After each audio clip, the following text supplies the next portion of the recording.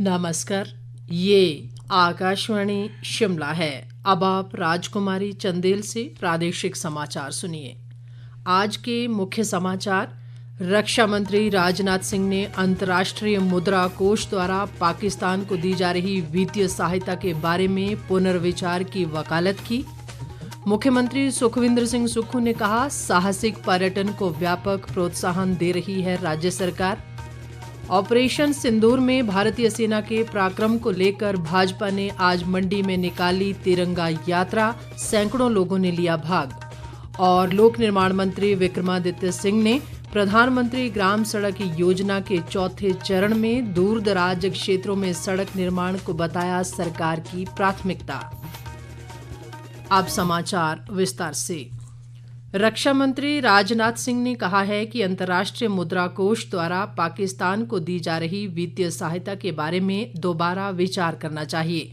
उन्होंने कहा कि पाकिस्तान इस वित्तीय सहायता का बड़ा हिस्सा आतंकवादी ढांचे को खड़ा करने में लगाएगा।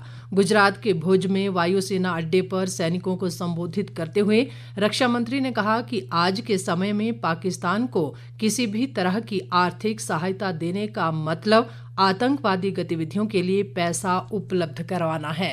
IMF द्वारा, जो कि एक इंटरनेशनल ऑर्गेनाइजेशन है, उसके द्वारा इनडायरेक्ट फंडिंग इसे नहीं माना जाएगा। मैं दुनिया के लोगों के सामने यह सवाल रखना चाहता हूं कि आज के समय में पाकिस्तान को किसी भी तरह की आर्थिक सहायता टेरर फंडिंग से कम नहीं है। भारत यही चाहेगा कि IMF पाकिस्तान को अपनी $1 बिलियन की असिस्टेंस पर वह पुनर्विचार करे और आगे भी किसी भी तरह की सहायता देने से IMF परहेज करे।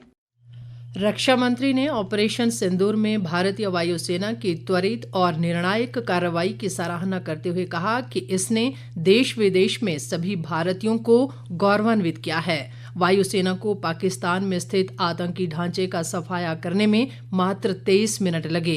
राजनाथ सिंह ने कहा कि अभी ऑपरेशन सिंदूर समाप्त नहीं हुआ है और ये तो मात्र एक ट्रेलर था। साथियों, ऑपरेशन सिंदूर ने यह स्पष्ट संदेश दे दिया है कि हमने शांति के लिए जितना अपना दिल खोल कर रखा है, शांति को नष्ट करने वालों के विरुद्ध उतना ही अपना हाथ भी खोल कर रखा है। एक और बात मैं यहाँ साफ कहना चाहूंगा कि ऑपरेशन सिंदूर अभी खत्म नहीं हुआ है। जो कुछ भी हुआ है वह सिर्फ एक ट्रेलर मात्र था। अब जब भी सही समय आएगा तो हम पूरी पिक्चर भी दुनिया को दिखाएंगे। मुख्यमंत्री सुखविंदर सिंह सुक्खू ने कहा है कि राज्य सरकार साहसिक पर्यटन को व्यापक प्रोत्साहन दे रही है और युवाओं को साहसिक खेलों की ओर आकर्षित किया जा रहा है। उन्होंने आज शिमला में MTB हिमालय साइकिल रेस को हरी झंडी दिखाकर रवाना किया। इसमें देश भर से 100 से अधिक साइकिल सवार भाग ले रहे हैं। ये रेस कुफरी, चायल, शिमला, समरहिल जैसे मार्गों से होती हुई 18 मई को संपन्न होगी। मुख्यमंत्री ने कहा कि प्रदेश के विभिन्न स्थानों पर साइकिलिंग ट्रैक की पहचान की जा रही है और शिमला में 37 करोड़ रुपए की लागत से आइस स्केटिंग रिंक बनाया जा रहा है। ऑपरेशन सिंदूर की सफलता के बाद देश व प्रदेश में भाजपा की तिरंगा यात्रा जारी है। इसी कड़ी में पार्टी द्वारा आज मंडी में तिरंगा यात्रा निकाली गई, जिसमें विपक्ष के नेता जयराम ठाकुर ने विशेष रूप से भाग लिया। मंडी के पड्ढल मैदान से लेकर सेरी मंच तक निकाली गई इस तिरंगा यात्रा में बड़ी संख्या में लोगों ने भाग लिया और सारा वातावरण भारत माता की जय के नारों के साथ गूंज उठा। जयराम ठाकुर ने कहा कि तुर्की द्वारा पाकिस्तान की सहायता करना निंदनीय है और उसके साथ सभी तरह के व्यापारिक समझौते रद्द कर देने चाहिए। जयराम ठाकुर ने कहा कि ऑपरेशन सिंदूर के दौरान भारतीय सेना के पराक्रम को पूरी दुनिया ने देखा और कुछ ही मिनटों में 9 आतंकी ठिकानों को मिट्टी में मिला दिया। भारत की सेना के साथ है और यहाँ देवभूमि हिमाचल प्रदेश की छोटी काशी भी पीछे नहीं, चट्टान की तरह सेना के साथ है। और देश के नेतृत्व करने वाले हमारे देश के यशस्वी प्रधानमंत्री नरेंद्र मोदी जी के साथ है। पाकिस्तान को जवाब देने की आवश्यकता थी उस भाषा में जवाब दिया गया। उनको उनकी कल्पना से ज्यादा बड़ी सजा मिलेगी और वो सजा आप लोगों ने अपनी आंखों के सामने देखी। दुनिया के सामने जिस तरह से भारत की सेना ने पराक्रम किया, जिन्होंने मासूम लोगों की हत्या करने की योजना बनाई थी, उनको तबाह किया। 100 से ज्यादा आतंकवादी एक घटना में ही मार दिए गए।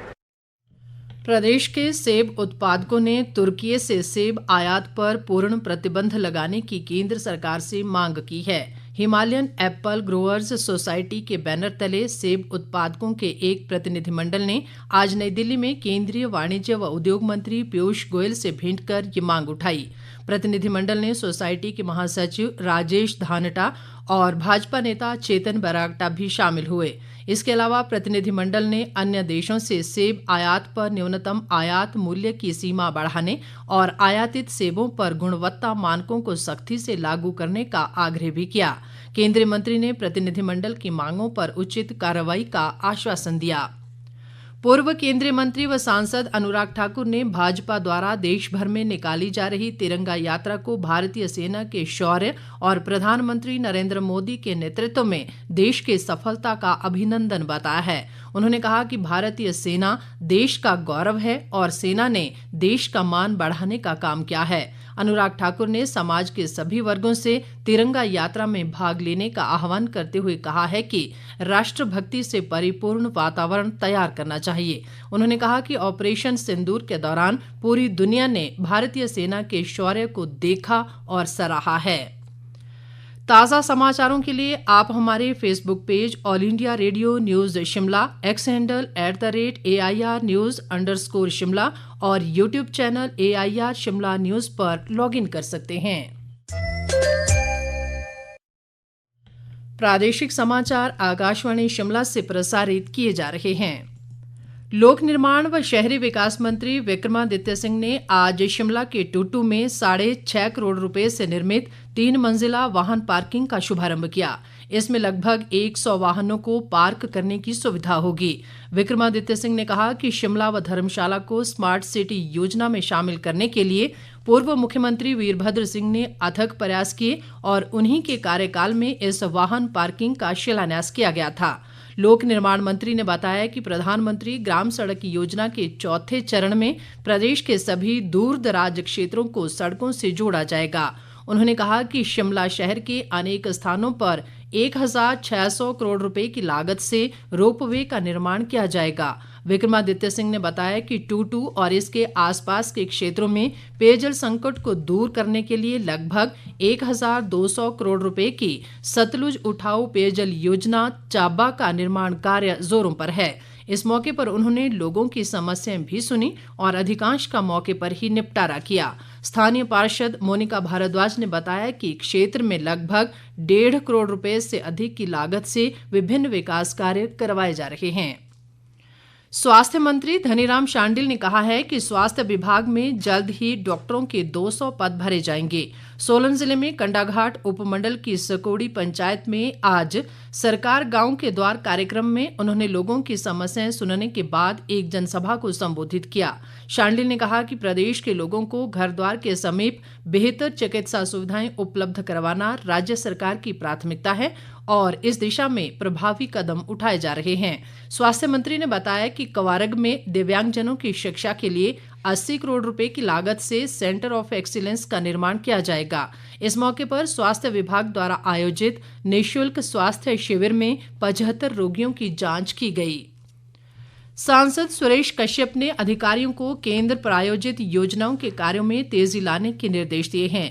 नाहन में आज जिला समन्वय समिति की बैठक में उन्होंने विकास योजनाओं की प्रगति की समीक्षा की। सुरेश कश्यप ने कहा कि प्रदेश में केंद्र सरकार द्वारा अरबों रुपए की विकास योजनाएं चलाई जा रही हैं, जिनसे राज्य के सभी क्षेत्रों का विकास सुनिश्चित हुआ है। सांसद ने कहा कि विकास कार्यों में गुणवत्ता के साथ कोई समझौता नहीं किया जाएगा। केंद्र प्रायोजित योजनाएं हैं, उनकी हमने समीक्षा की और बहुत सारे कार्यों का हमने रिव्यू भी लिया। जिला सिरमौर में सभी लोगों को निर्देशित भी किया गया कि कार्यों को और गति प्रदान की जाए। जो कहीं किसी प्रकार की दिक्कत आ रही है तो अगर प्रशासनिक है तो प्रशासन के ध्यान में, और अगर हमारे लेवल पर कुछ करने की आवश्यकता है तो हमारे ध्यान में लाया जाए। और जनप्रतिनिधि जो भी जिला सिरमौर में कार्य हो रहे हैं उसमें उनका भी इन्वॉल्वमेंट किया जाए। PMGSY के तहत सबके जिला सिरमौर के लिए सबकी हुई है, जो हमने प्रोग्रेस देखी है, मैं सेटिस्फाइड हूँ कि जिस प्रकार से लोक निर्माण विभाग कार्य कर रहा है। और थोड़ी गति प्रदान करें और मैक्सिमम सड़कों की टारिंग हम करें।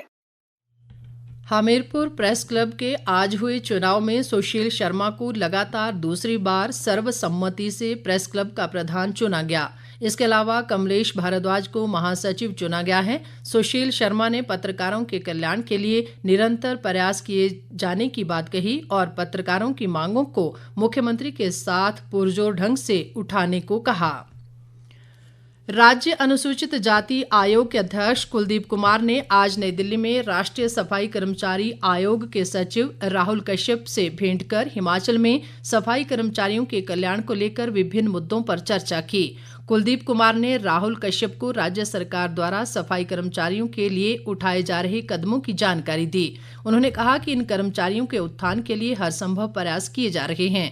राहुल कश्यप ने हिमाचल में नमस्ते योजना का प्रभावी संचालन सुनिश्चित करने को भी कहा। अंत में मुख्य समाचार एक बार फिर। रक्षा मंत्री राजनाथ सिंह ने अंतर्राष्ट्रीय मुद्रा कोष द्वारा पाकिस्तान को दी जा रही वित्तीय सहायता के बारे में पुनर्विचार की वकालत की। मुख्यमंत्री सुखविंदर सिंह सुक्खू ने कहा, साहसिक पर्यटन को व्यापक प्रोत्साहन दे रही है राज्य सरकार। ऑपरेशन सिंदूर में भारतीय सेना के पराक्रम को लेकर भाजपा ने आज मंडी में निकाली तिरंगा यात्रा, सैकड़ों लोगों ने लिया भाग। और लोक निर्माण मंत्री विक्रमादित्य सिंह ने प्रधानमंत्री ग्राम सड़क योजना के चौथे चरण में दूरदराज क्षेत्रों में सड़क निर्माण को बताया सरकार की प्राथमिकता। इसी के साथ ये समाचार बुलेटिन समाप्त हुआ। हमारा अगला बुलेटिन आप सुन सकते हैं कल सुबह 9:20 पर। नमस्कार।